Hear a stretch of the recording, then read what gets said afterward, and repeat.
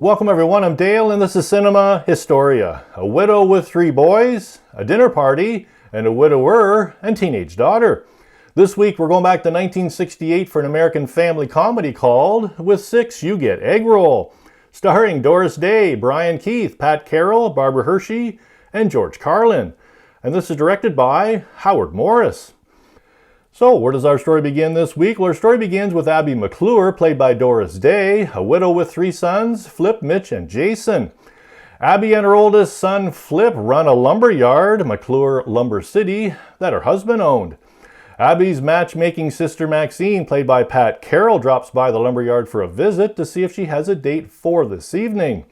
With no date, Maxine tricks Abby into calling widower Jake Iverson, played by Brian Keith, and inviting him to the business dinner party Abby is having that night. Accepting, Jake arrives early amongst Abby's family chaos and becomes bored by her guests' matchmaking dialogue. Jake makes an excuse to leave early, but later runs into Abby at an all-night supermarket. Embarrassed by being caught in a lie, Jake meets Abby for coffee at Ye Olde Drive-In, run by wisecracking Herbie, played by George Carlin, and the two stay out until 2 a.m. A romance develops, much to the disappointment of Jake's teenage daughter Stacy, played by Barbara Hershey, and Abby's 3 sons. Before finally falling in love, the children make certain that neither Jake nor Abby feel comfortable at the other's home, so the pair winds up more than once at the drive-in. Fed up with the situation, they elope, not telling their children that they have married until the next day, when the children discover them in bed together.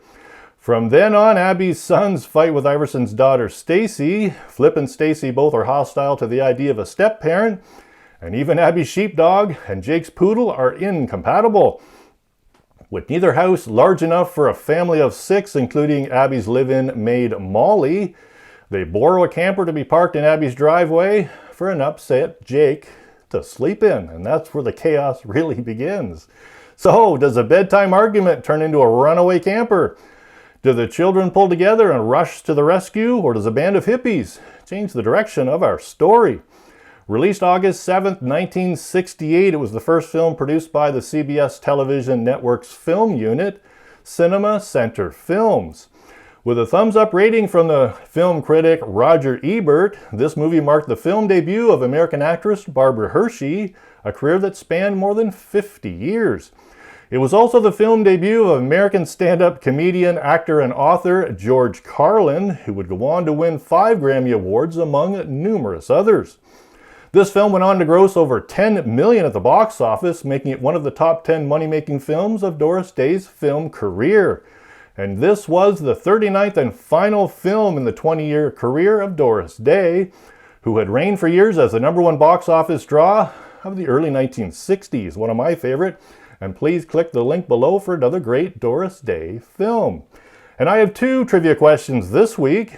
Were there 2 supporting cast members who would later go on to a popular television series? Were there 2 supporting cast members who would later go on to a popular television series?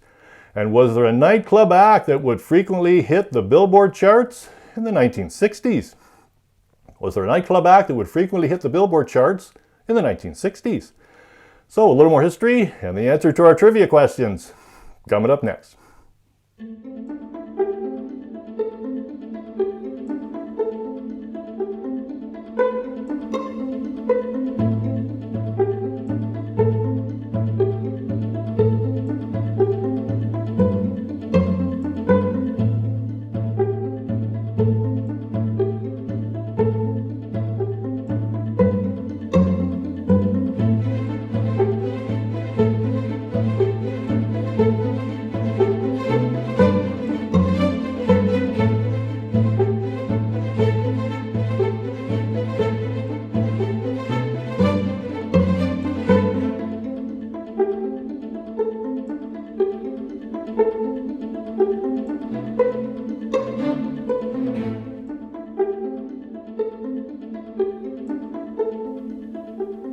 In our film, Abby's son Flip owns and drives a tea bucket.